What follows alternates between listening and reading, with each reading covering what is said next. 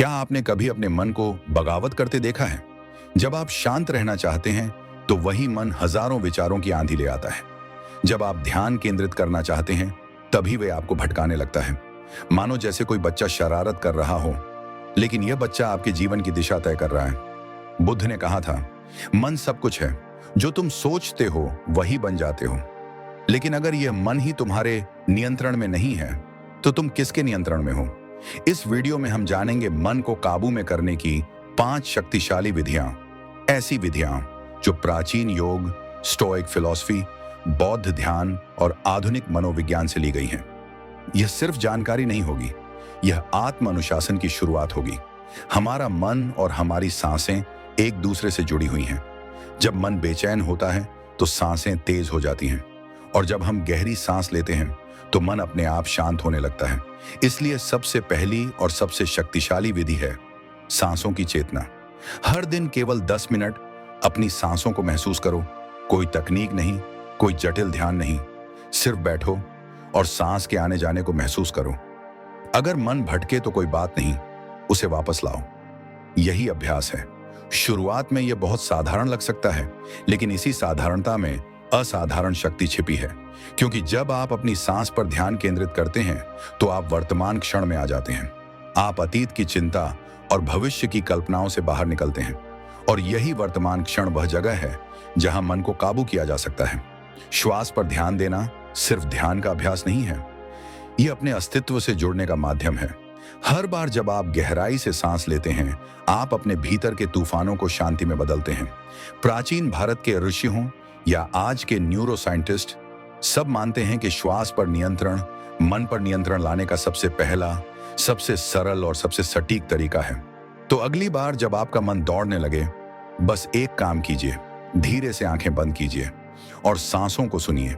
शांति वहीं है, भीतर, आपके हर श्वास में।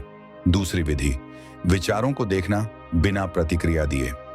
हमारे अधिकतर दुख इसलिए नहीं होते कि कोई बुरी बात हुई, बल्कि इसलिए होते हैं क्योंकि हमने उस पर प्रतिक्रिया दी।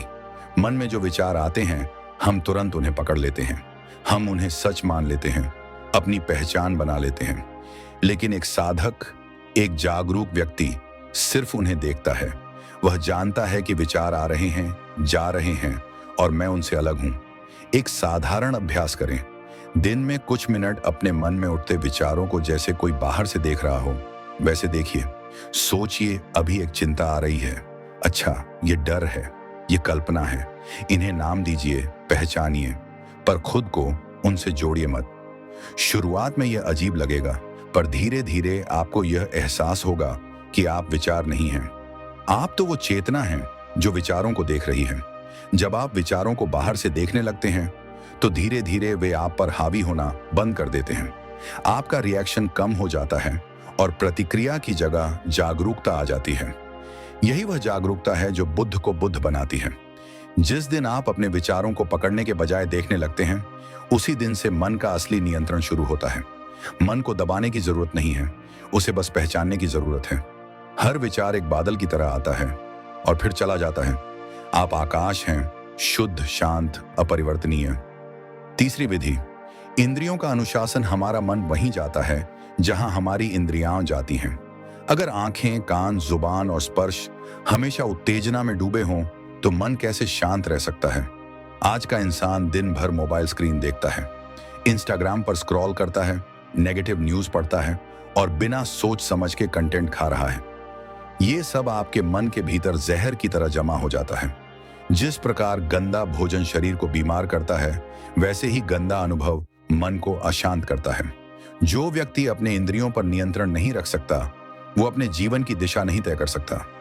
इंद्रियां यदि अनुशासित न हो तो मन 5 जंगली घोड़ों की तरह दौड़ता रहेगा, हर दिशा में खींचता जाएगा।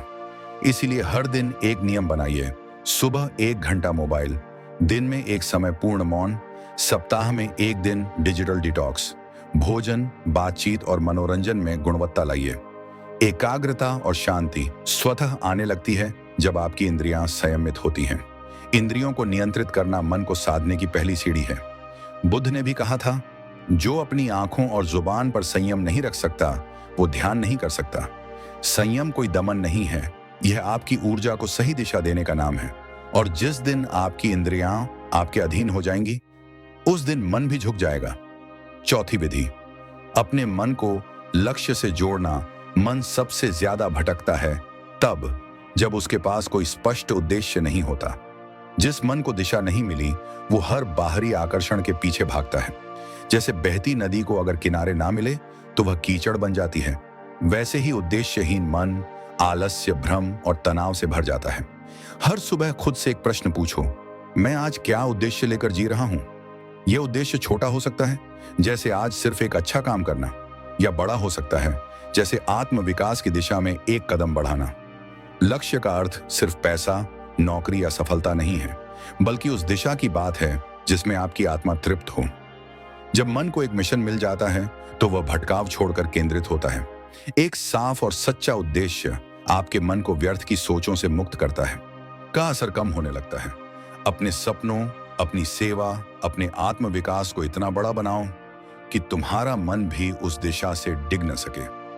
हर रोज अपने आप से एक कमिटमेंट करो, मैं आज कुछ अर्थपूर्ण करूंगा। मन को लक्ष्य से जोड़ने का मतलब है उसे एक ऐसी रोशनी देना जिसमें वह खुद को खो न दे, बल्कि खुद को पा सके।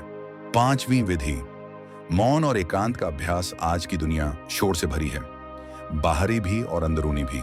हर जगह कुछ ना कुछ चल रहा है, नोटिफिकेशन, मैसेज, सोशल मीडिया, विचार, चिंता।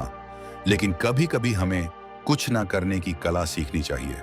हर दिन सिर्फ 10 मिनट पूर्ण मौन में बैठिए, बिना किसी उद्देश्य के, बिना किसी डिस्ट्रैक्शन के। शुरुआत में मन बहुत शोर करेगा, विचार दौड़ेंगे, बेचैनी होगी, लेकिन धीरे धीरे वह शांत होगा। आप देखेंगे कि मौन में बैठना मानो खुद को एक दर्पण में देखने जैसा है। हर भाव, हर विचार स्पष्ट दिखने लगता है। मौन सिर्फ शब्दों की अनुपस्थिति नहीं है, यह आत्मा की भाषा है, और मन इस भाषा को सुनकर ही झुकता है। एकांत का अर्थ अकेलेपन से नहीं है, यह अपने साथ होने की कला है। जैसे ही आप भीतर उतरते हैं, एक गहरी शांति, एक सूक्ष्म आनंद आपके भीतर जन्म लेने लगता है। प्रत्येक दिन थोड़ा सा मौन, थोड़ा सा एकांत मन के लिए अमृत का कार्य करता है। जो व्यक्ति भीड़ में खुद को नहीं खोता, जो एकांत में अपने विचारों का सामना करता है, वही मन के राजा की तरह जीता है। मौन में उतरना अपने मन को सिखाना है कि शांति बाहर नहीं, भीतर है, और यह शांति ही आपके जीवन की सबसे बड़ी शक्ति बन सकती है।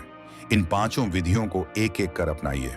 श्वास पर ध्यान, विचारों को देखना, इंद्रियों का अनुशासन, उद्देश्य से जुड़ना और मौन का अभ्यास। ये कोई ट्रिक्स नहीं है, ये जीवन बदलने वाले स्तंभ हैं।